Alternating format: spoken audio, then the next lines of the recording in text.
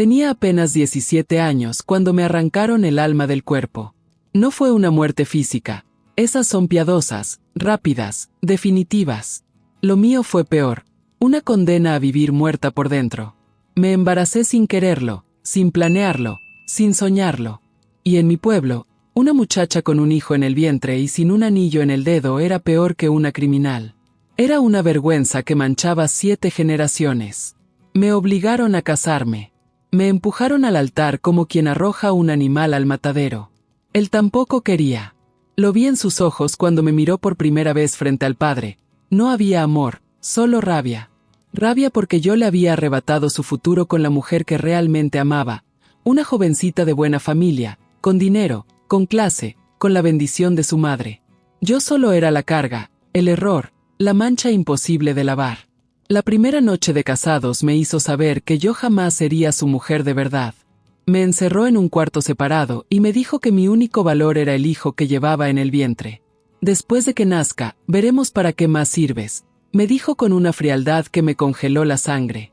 Cada día que pasaba era una nueva forma de humillación.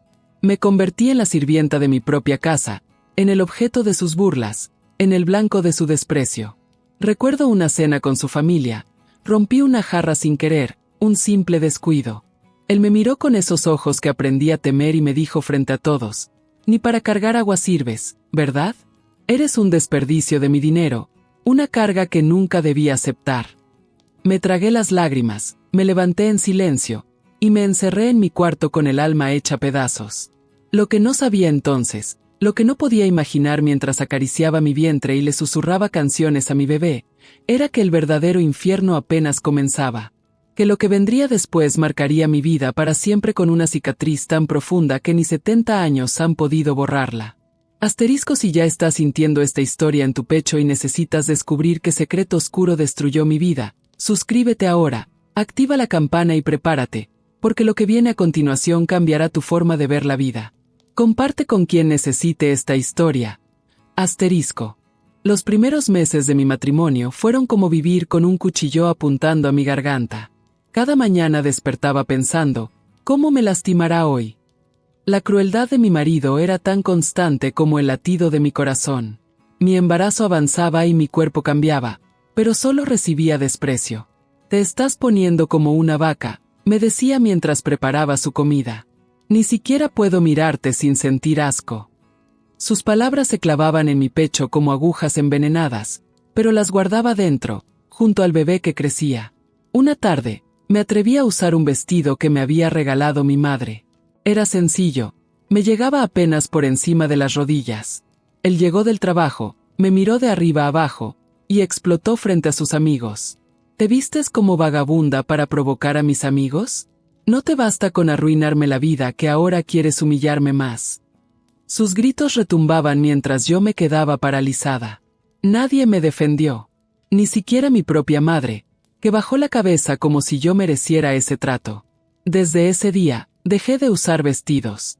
Dejé de hablar si no me hablaban primero. Me convertí en una sombra que se deslizaba por los rincones, tratando de ser invisible. Pero ni siquiera eso funcionaba. A veces me golpeaba solo porque estaba de mal humor, o porque la comida estaba demasiado caliente. Mi único consuelo era hablarle a mi bebé cuando estaba sola. Le contaba cuentos, le cantaba canciones. Tú y yo contra el mundo, le susurraba mientras sentía sus pataditas. Cuando nazcas, encontraré la manera de darte una vida mejor. A medida que se acercaba el parto, mi miedo crecía. No por el dolor físico, sino por lo que vendría después. ¿Cómo protegería a mi hijo de un padre que ni siquiera quería su existencia? Una noche, mientras él dormía, empaqué algunas cosas. Ropa para el bebé, un poco de dinero escondido, una medalla de la Virgen. Planeaba escapar después del parto, huir lejos donde él no pudiera encontrarnos. Era un plan desesperado para una muchacha de 17 años sin recursos, pero era mi única esperanza. Lo que no sabía era que el destino tenía preparado un golpe mucho más cruel que cualquier paliza que él pudiera darme. Cuando llegó el momento del parto, los dolores comenzaron en la madrugada. Desperté empapada en sudor, mordiendo la almohada para no gritar. Pero los dolores se hicieron tan intensos que no pude contenerme. Él se despertó furioso, maldiciendo. No me ayudó. Simplemente llamó a su madre. Mi suegra llegó media hora después. Para entonces, yo estaba en el suelo, retorciéndome. «Levántate», me ordenó. «No vamos a tener a este niño en el piso como animales». Entre ella y una vecina me llevaron al hospital. Mi marido ni siquiera nos acompañó. El hospital era pequeño, con paredes desconchadas. Me pusieron en una camilla dura y fría, y me dejaron sola. Los dolores venían como olas, cada vez más fuertes. Gritaba pidiendo ayuda, pero nadie venía. Finalmente entró una enfermera. Me miró con indiferencia. «Es tu primer hijo, ¿verdad? Pues acostúmbrate, esto apenas comienza». No me ofreció agua, no me limpió el sudor, no me dio palabras de aliento.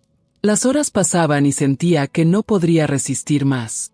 El dolor era tan intenso que comencé a desvanecerme. En un momento de lucidez, vi entrar al médico. Era un hombre mayor, con manos ásperas y mirada severa. Solo le dijo a la enfermera: «Prepárala, este va a ser un parto difícil». Lo último que recuerdo es el dolor más desgarrador que he sentido jamás. Grité hasta quedarme sin voz, empujé con las pocas fuerzas que me quedaban, y luego, oscuridad. Cuando desperté, estaba sola en una habitación diferente. Mi vientre ya no estaba hinchado, pero sentía un vacío terrible. Intenté incorporarme, pero el dolor me lo impidió. Llamé débilmente, y después de un rato entró mi suegra. Su rostro era una máscara impenetrable cuando me dio la noticia. «El bebé no resistió», dijo sin emoción. «Fue un parto difícil. Estas cosas pasan». En ese momento, algo dentro de mí se rompió para siempre. No lloré cuando me dijeron que mi bebé había muerto. No pude. Era como si mi cuerpo hubiera olvidado cómo hacerlo. Me quedé mirando a mi suegra con los ojos vacíos, esperando que me dijera que era una broma cruel. «¿Dónde está?», pregunté con un hilo de voz. «Quiero verlo». Necesitaba sostenerlo, aunque fuera una sola vez. «Ya se lo llevaron», respondió cortante. «No hay nada que ver. Era muy pequeño, muy débil. Mejor así que tener un niño enfermo toda la vida». Sus palabras me golpearon como bofetadas. ¿Mejor así? Ese niño era mi vida, mi esperanza. Intenté levantarme, pero el dolor me atravesó como un rayo. «Quédate quieta», ordenó. «Mañana te darán de alta. Mi hijo ya está enterado. Dice que es lo mejor que podía pasar». Lo mejor que podía pasar. Para ellos, la muerte de mi bebé era una liberación. Para mí, era el fin del mundo. Pasé esa noche en el hospital, sola con mi dolor.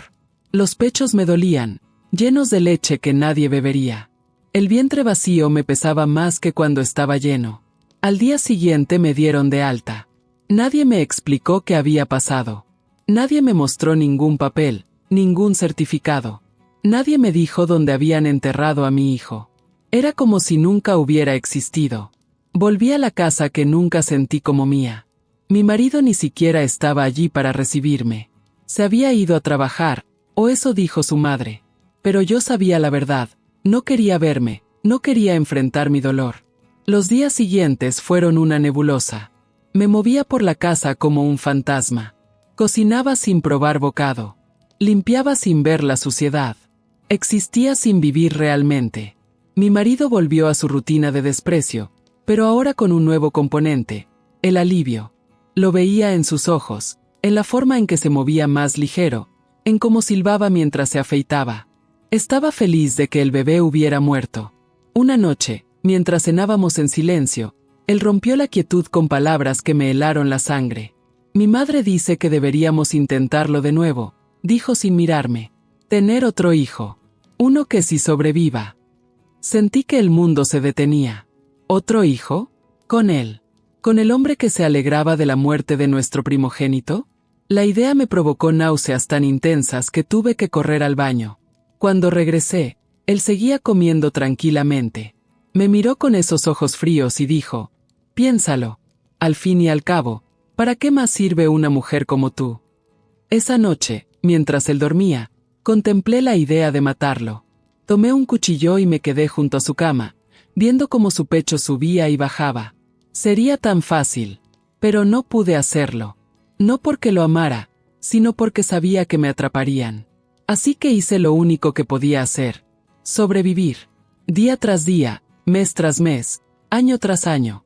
Me convertí en una experta en evitar sus golpes, en anticipar sus cambios de humor, en ser invisible. Pasaron 5 años. 5 años en los que no volví a quedar embarazada, para alivio mío y frustración de mi suegra, que me llamaba mula estéril. 5 años en los que cada aniversario de la muerte de mi bebé, encendía una veladora en el patio, susurrando oraciones para un alma sin nombre. Fue en uno de esos aniversarios cuando ocurrió algo que cambiaría mi vida. Estaba en el patio, arrodillada frente a mi pequeño altar, cuando sentí una presencia. Me giré, esperando ver a mi marido furioso, pero era su hermana menor, Lucía. Lucía era diferente. Siempre me había tratado con una amabilidad distante. Esa noche, sin embargo, había algo diferente en su mirada. «¿Qué haces?», me preguntó en voz baja. «Rezo por mi hijo», respondí con sencillez. Se quedó mirándome largo rato, como librando una batalla interna. Finalmente, se sentó a mi lado y dijo algo que me dejó sin aliento. «¿Y si te dijera que hay algo que no sabes sobre esa noche?». Mi corazón comenzó a latir con fuerza. «¿Qué quieres decir?», pregunté, aunque ya presentía la respuesta. Lucía miró hacia la casa, asegurándose de que nadie nos escuchaba, y luego susurró: «Tu hijo no murió esa noche». 5 palabras que destruyeron todo lo que creía saber, todo el dolor que había cargado durante años. «¿Qué estás diciendo?», logré articular, mientras el mundo giraba.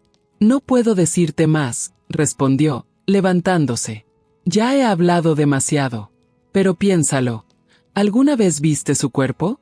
¿Alguna vez te mostraron una tumba? ¿Alguna vez te dieron un certificado?». Y con esas preguntas flotando como cuchillos, se fue, dejándome con una verdad a medias peor que cualquier mentira.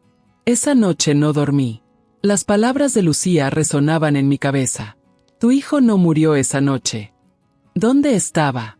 ¿Por qué me habían mentido? Al amanecer, ya había tomado una decisión.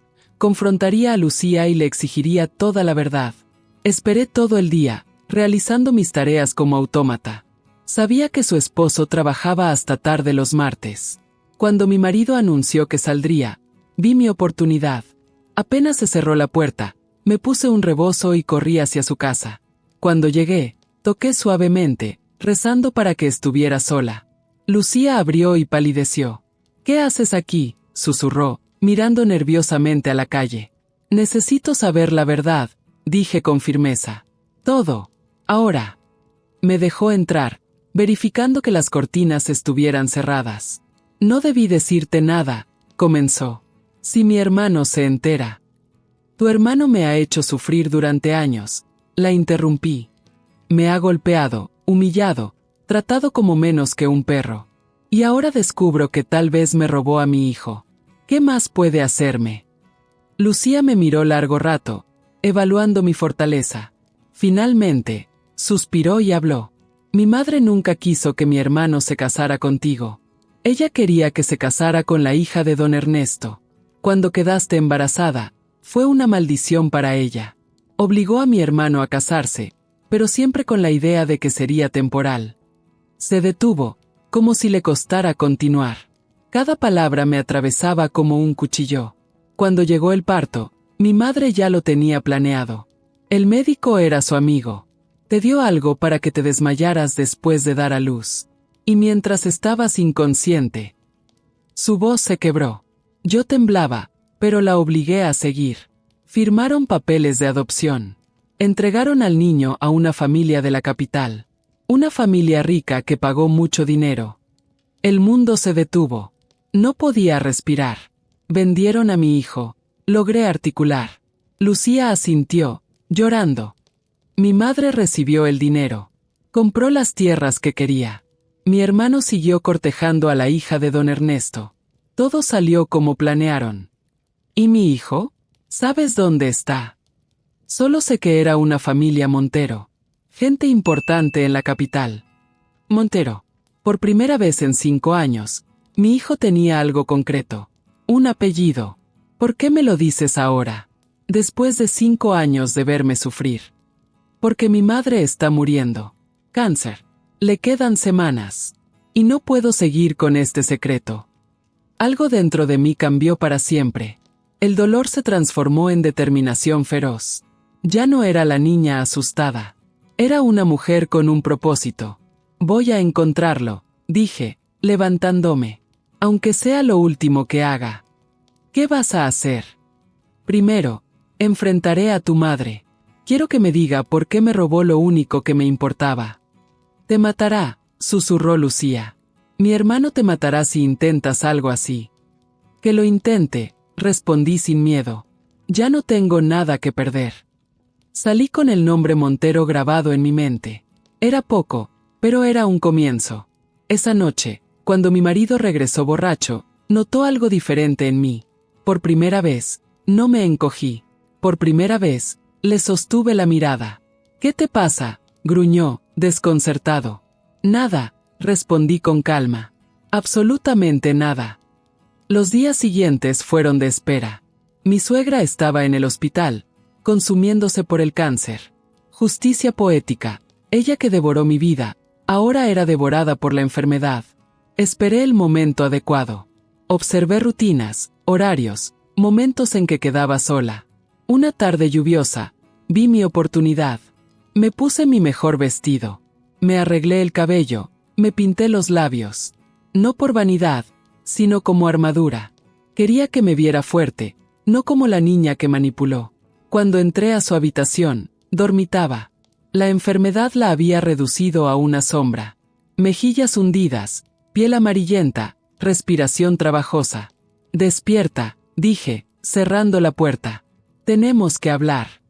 Abrió los ojos y, al reconocerme, el miedo cruzó su mirada. Sabía por qué estaba allí. ¿Qué haces aquí?, preguntó débilmente. Vete. No me iré hasta que me digas la verdad sobre mi hijo, respondí, acercándome. Sobre cómo lo vendiste. Sobre cómo me robaste todo. Su rostro se contrajo en una mueca de rabia. Lucía, murmuró. Esa estúpida te lo dijo. Sí. Y ahora quiero escucharlo de ti. Quiero que me digas por qué lo hiciste. Se quedó en silencio, como decidiendo si valía la pena seguir mintiendo en su lecho de muerte. Finalmente, sonrió con malicia. Lo hice porque nunca fuiste suficiente para mi hijo, dijo con crueldad. Eras una don nadie, sin educación, sin familia respetable. Mi hijo merecía más. Cada palabra era ácido sobre mis heridas, pero me mantuve firme. ¿Y mi hijo? ¿Qué culpa tenía él? Ese niño habría sido un lastre.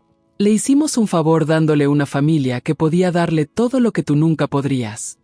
No tenías derecho, dije, conteniendo las lágrimas. Era mi hijo. Era un Vázquez, respondió con orgullo enfermizo. Y yo decidía que era mejor para los Vázquez. ¿Dónde está?, pregunté, inclinándome sobre ella. Nunca lo sabrás. Me llevaré ese secreto a la tumba. Algo dentro de mí se rompió. Tomé la almohada y la presioné contra su rostro con todas mis fuerzas.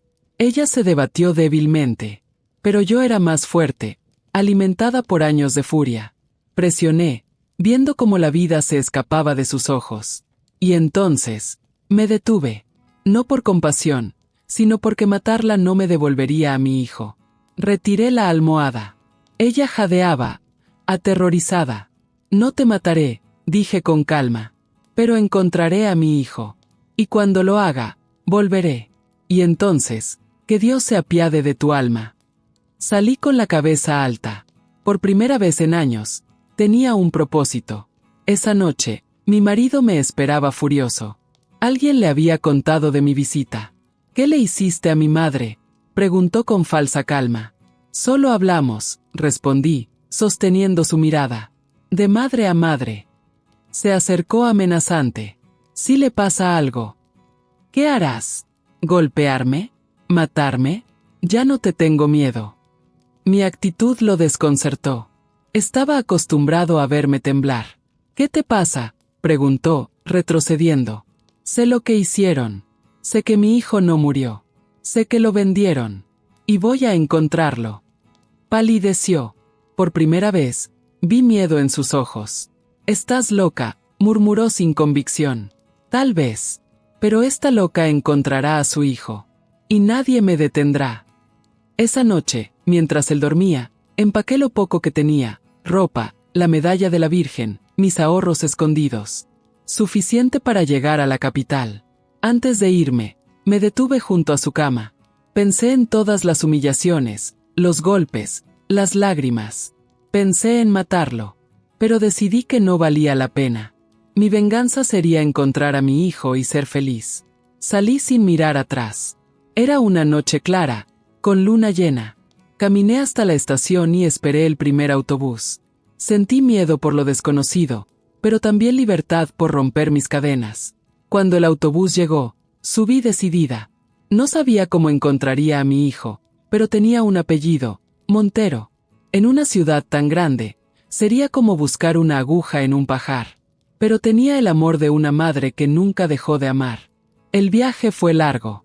Miraba el paisaje cambiar hasta llegar a la inmensidad de la capital. Todo me abrumó. Bajé con mis pocas pertenencias, desorientada. Una mujer mayor se acercó. «¿Primera vez en la capital?», preguntó amablemente. Asentí, agradecida. «¿Tienes dónde quedarte?». «No», admití. «No conozco a nadie». La mujer sonrió. «Mi hermana tiene una pensión cerca. Es limpia y segura. Si quieres, puedo llevarte». Algo en su mirada me inspiró confianza. «Gracias», dije.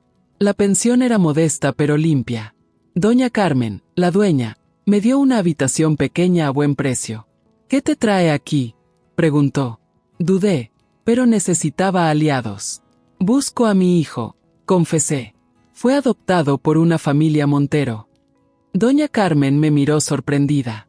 «¿Montero? Hay monteros importantes aquí. Gente con dinero». «¿Los conoce?», pregunté esperanzada. «No personalmente. Pero todos conocen a los Montero de la colonia Lomas. Él tiene hoteles, ella viene de banqueros». Era una pista real. «¿Tienen hijos?». «Creo que sí. Un niño, si no me equivoco». «¿Cómo puedo encontrarlos?», pregunté ansiosa. «Su casa está en la colonia Lomas. Una mansión con rejas negras. Pero no puedes presentarte así. Tienen guardias, sirvientes». Tenía razón. Necesitaba un plan. «¿Sabes si necesitan personal?», pregunté. «Sirvientas, cocineras». Doña Carmen entendió. «¿Quieres trabajar para ellos?». Asentí. «Es la única forma de acercarme». «Es arriesgado», advirtió. «Si descubren quién eres». «Es un riesgo que asumiré», respondí. «He esperado 5 años. No puedo esperar más». Doña Carmen resultó ser una aliada invaluable. Me ayudó a trazar un plan para acercarme a los Montero. Su sobrina trabajaba cerca y escuchaba rumores sobre el personal que necesitaban. Pasaron 2 semanas hasta que surgió una oportunidad. Los Montero buscaban una nueva mucama. Me presenté en la agencia de colocación que manejaba el personal de las casas ricas. Me puse mi mejor ropa y practiqué una historia creíble. Viuda del norte buscando trabajo, con experiencia y referencias, falsas, fabricadas con ayuda de Doña Carmen. Mi aspecto humilde y mis manos callosas respaldarían mi historia. La entrevista fue tensa. La mujer me miró como si viera a través de mis mentiras. Me hizo preguntas sobre mi experiencia y pasado. Respondí con la calma aprendida durante años de matrimonio violento. Finalmente, me dijo que me presentaría a la señora Montero al día siguiente. Esa noche apenas dormí. Estaba tan cerca de mi hijo que casi podía sentirlo. ¿Tendría mis ojos? ¿Me reconocería de alguna manera? La mansión Montero era enorme, con un jardín que parecía un parque y rejas negras altas. Me sentí insignificante mientras esperaba. La señora Montero era elegante, de unos 40 años, con la belleza que solo el dinero mantiene. Me recibió en una sala enorme y me evaluó como a un caballo en venta. Respondí a sus preguntas con humildad, manteniendo la mirada baja. Mencioné que era buena con los niños, esperando que hablara de su hijo. Funcionó. Me dijo que tenían un niño de 5 años, muy especial, y necesitaban a alguien que ayudara con su cuidado. Mi corazón dio un vuelco. 5 años. La edad exacta de mi hijo. Le dije que tenía experiencia con niños. No mencioné que yo misma había sido madre ni que el niño era mi propio hijo. Me contrató en el acto. Podía empezar al día siguiente. Me mostró mi habitación y explicó mis responsabilidades, incluyendo ayudar con el pequeño Alejandro. Alejandro. Mi hijo tenía nombre. Un nombre que resonaba en mi cabeza como una campana. Esa noche lloré por primera vez en años. De alegría, de miedo, de anticipación. Estaba tan cerca de mi hijo que casi podía tocarlo. Pero si descubrían quién era yo, todo estaría perdido. Al día siguiente, me presenté con mi pequeña maleta. El ama de llaves, Rosario, me mostró mis obligaciones y me presentó al personal. Era solo una empleada más. Pregunté por el niño, tratando de sonar casual. Rosario dijo que estaba en su clase de piano. Me asignó tareas lejos de las habitaciones familiares. Debía ganarme la confianza antes de acercarme a Alejandro. Trabajé duramente, queriendo impresionar. Mientras tanto, aguzaba el oído para aprender más sobre la familia y el niño. Casi al anochecer finalmente lo vi. Jugaba en el jardín con un perro, vigilado por su niñera. Me detuve en la ventana, con el corazón latiendo fuertemente. Era hermoso. Tenía el pelo negro como su padre, pero sus ojos eran los míos. Grandes, expresivos, del mismo tono oscuro. Reía con esa risa cristalina de los niños felices. En ese momento, todas mis dudas se disiparon. Era mi hijo. Lo supe con certeza absoluta. Era la misma certeza que sentí cuando lo llevaba en mi vientre. Era mi hijo, y había venido a recuperarlo. Pero mientras lo observaba, otra realidad se impuso. Este niño era feliz. Tenía una vida privilegiada y padres que lo amaban profundamente. ¿Qué derecho tenía yo a arrancarlo de esa vida? ¿A llevarlo a una existencia de pobreza? ¿A convertirlo en hijo de una fugitiva? Esa noche lloré de nuevo. No de alegría, sino de un nuevo dolor más profundo. El dolor de saber que, quizás, lo mejor para mi hijo era dejarlo donde estaba. Los días siguientes fueron una tortura. Cada vez que veía a Alejandro, mi corazón se partía en dos. Una parte quería tomarlo en brazos y llevármelo lejos. Otra parte, la que realmente lo amaba, sabía que eso sería egoísta. Él tenía una buena vida aquí. Era amado, protegido, con oportunidades que yo jamás podría darle. Me gané la confianza de la familia. Trabajaba más duro que cualquier otro sirviente. Nunca me quejaba. La señora Montero comenzó a asignarme más responsabilidades con Alejandro. Preparar su ropa, limpiar su habitación, ayudarlo a bañarse cuando la niñera tenía su día libre. Cada momento con él era un tesoro y un tormento. Veía en sus gestos, en su forma de fruncir el ceño, en su manera de reír, pequeños detalles que me recordaban a mí misma. Era mi sangre, pero al mismo tiempo, un extraño. Un niño criado en un mundo diferente al mío. Una tarde, mientras limpiaba su habitación, Alejandro entró inesperadamente. Estaba solo, lo cual era raro. Me preguntó mi nombre. Le dije María, usando el nombre falso que había dado. Luego me preguntó por qué siempre lo miraba como si lo conociera, como si estuviera triste. Mi corazón se detuvo. No supe qué responder. Le dije que a veces me recordaba a alguien que conocí, alguien a quien quise mucho. Entonces me dijo algo que me dejó sin aliento. A veces soñaba con una mujer que le cantaba, y no era su mamá. Me preguntó si creía que era un ángel. Las lágrimas rodaron por mis mejillas. Era como si mi corazón se hubiera abierto de repente, derramando todo el amor y dolor guardado durante años. La niñera entró y me miró con sospecha. Alejandro fue llevado a su clase, y yo me quedé sola, temblando, sabiendo que había estado cerca de revelar la verdad. Esa noche, tomé una decisión. No podía seguir así. No podía vivir tan cerca de mi hijo sin poder abrazarlo como una madre. Pero tampoco podía arrancarlo de la vida que conocía, de los padres que lo habían criado con amor. Decidí escribir una carta para Alejandro, que le entregaría cuando fuera mayor. Le contaría toda la verdad, cómo había sido concebido, cómo me habían obligado a casarme, cómo me lo habían arrebatado, cómo lo había buscado durante años. Le diría que lo amaba tanto que había preferido dejarlo con la familia que le había dado un buen hogar. Escribí toda la noche, llorando sobre el papel. Cuando terminé, sellé la carta y la guardé. Al día siguiente, presenté mi renuncia. La señora Montero se sorprendió. Había sido una empleada modelo. Le dije que tenía que volver a mi pueblo, que mi madre estaba enferma. Era una mentira, pero necesitaba una excusa. Antes de partir, pedí despedirme de Alejandro. La señora Montero dudó, pero accedió. Encontré al niño en el jardín, jugando. Le dije que me iba, que tenía que cuidar a alguien de mi familia. Me preguntó por qué me iba, con esa mirada que me atravesaba el alma. Le di la medalla de la Virgen que había llevado conmigo desde mi pueblo, la misma que había planeado llevar cuando escapara con mi bebé recién nacido. Le dije que era especial, que me había protegido toda mi vida y ahora quería que lo protegiera a él. Me preguntó si volvería algún día. Le respondí con honestidad que no lo sabía, pero que siempre lo llevaría en mi corazón. Lo abracé entonces, permitiéndome por primera y última vez sentir a mi hijo en mis brazos. Fue un abrazo breve, pero en él puse todo el amor que había guardado durante años. Me fui de la mansión ese mismo día, dejando atrás no solo a mi hijo, sino también la carta que había escrito, escondida donde sabía que la encontrarían cuando Alejandro fuera mayor, dentro del forro de un oso de peluche que él adoraba. Han pasado más de 70 años. Nunca volví a ver a Alejandro. Nunca supe si encontró mi carta, si supo la verdad, si alguna vez pensó en buscarme. Viví una vida tranquila, trabajando como costurera, siempre sola, siempre con el recuerdo de ese niño que era mi sangre pero que nunca pudo llamarme madre. Y ahora, con 92 años, siento que mi tiempo se acaba. He guardado este secreto durante décadas, como una herida que nunca cicatrizó. Pero antes de irme, necesitaba contarlo. Necesitaba que alguien supiera que existió una mujer que amó tanto a su hijo que prefirió dejarlo ir.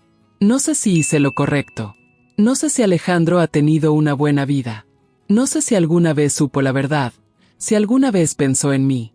Solo sé que lo amé, que lo sigo amando, y que ese amor imposible, ese amor que nunca pudo expresarse completamente, ha sido tanto mi mayor dolor como mi mayor fortaleza durante toda mi vida.